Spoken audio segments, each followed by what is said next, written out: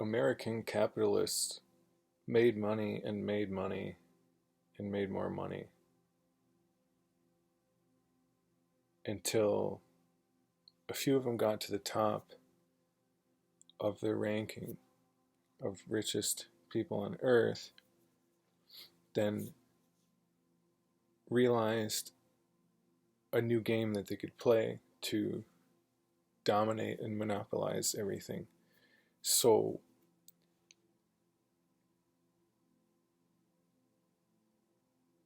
the giving pledge was created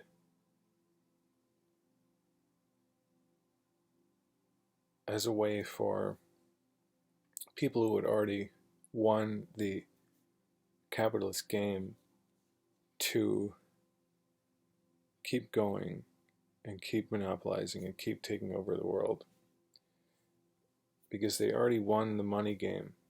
Realizing that, there had to be something else. So now they have paid for New World Order, and we have it, and it's not very popular. It's not a very popular product, so we're in a weird spot where we have a brand new product, ultimately designed by, or ultimately funded by, those who have learned to monopolize the capitalist system. But now they're creating more socialist systems, without using the word, to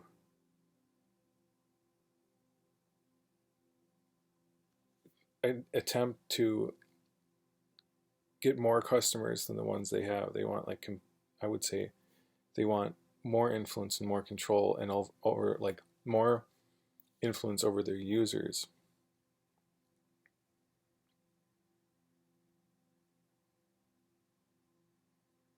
And that includes gene therapy and changing humans into different things. There's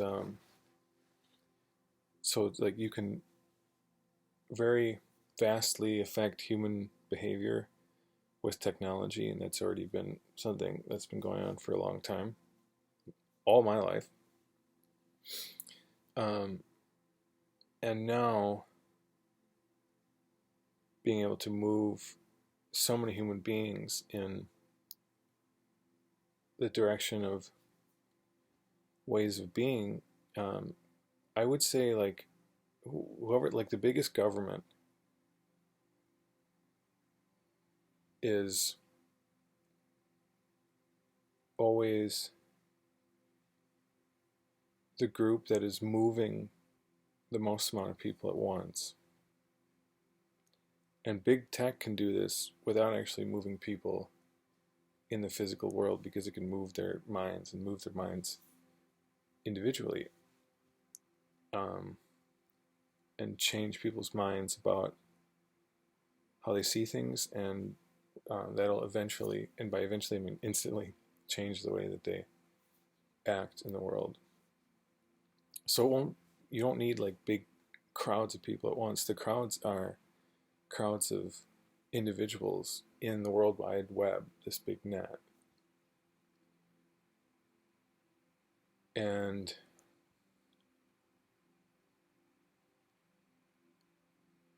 everything is supported, or, like, the more things go towards that agenda, they will be enabled or funded. Finding out what that agenda is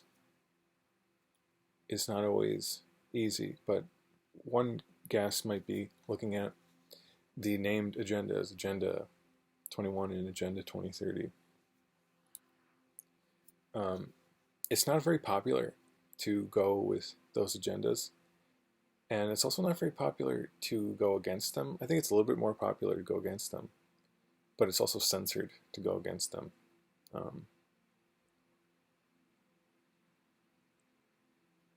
So, like, the people who follow the agenda less, or point out flaws in the agenda, point out, like, who's running it, um, and they go against them. You can't, on this earth, really go against the highest members of the chain of command. You can get entirely ostracized, because ultimately it's like a big pyramid, and it's society is a big pyramid. A huge pyramid can be made from smaller pyramids is ultimately what world order is. And E Pluribus Unum.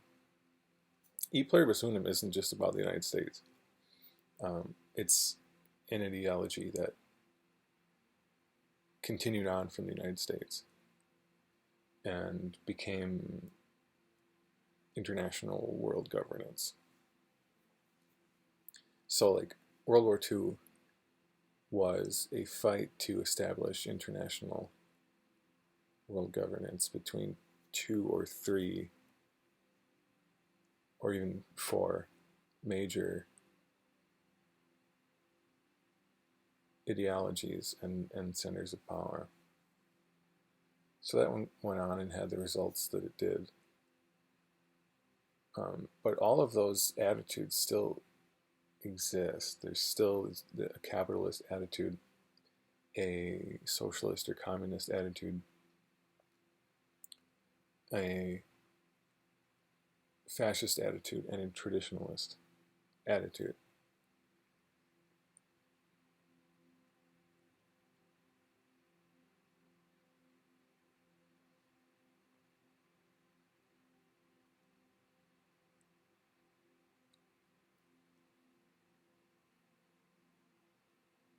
The event that's going on at the time is a trend in literacy. Because ultimately everything is going on all the time. But there's a trend in literacy that happens of the center of the narrative. Many people involved, not very many people highly active in it. So like World War II, huge event in history, known worldwide. But, and it's thought of as a time of huge numbers of people dying in wars and from disease from wars and as a consequence of war. But only 3% of the population died in World War II. I guess this is like, it's a statistic I heard recently, but I think that surprised me, because in the past I saw World War as something of a greater death toll consequence than that, by far. I guess it's not. So there's these, but it was a major literary event, a media event. You can't have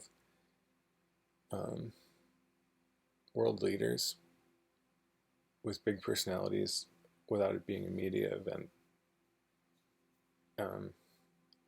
You would never hear about it. You would never see them. Their faces and voices on a screen.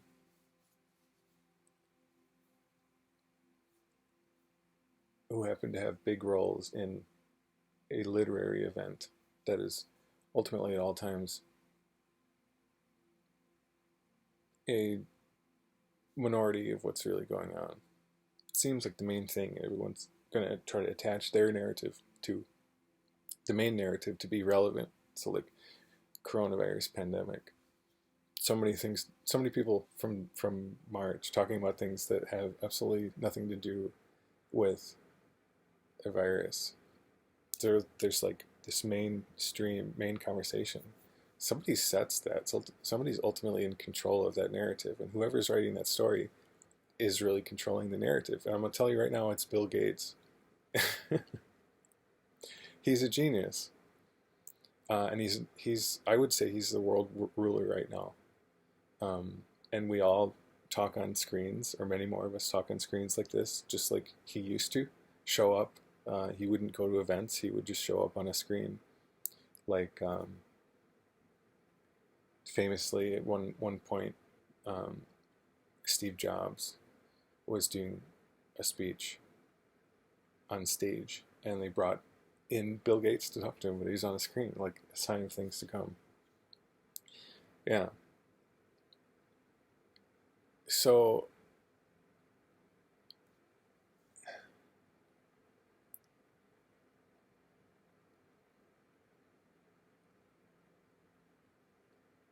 to me, it seems like we do have our first true world leader, and he's very hated by a lot of people, including myself, um,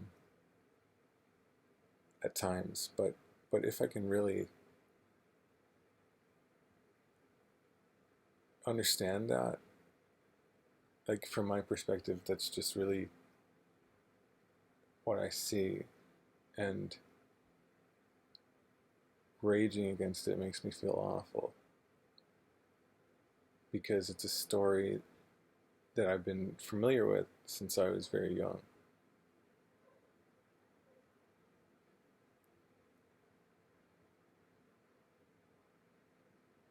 I was raised on computers. And the thing that made me think about this just now, in order to start this video, was I thought computers were the place I went when I was really sad in my childhood, when I felt heartbroken, being um, treated like emotional garbage when I was growing up. Or like now I would say that, but really it's like whatever was going on, it was a bad emotional situation.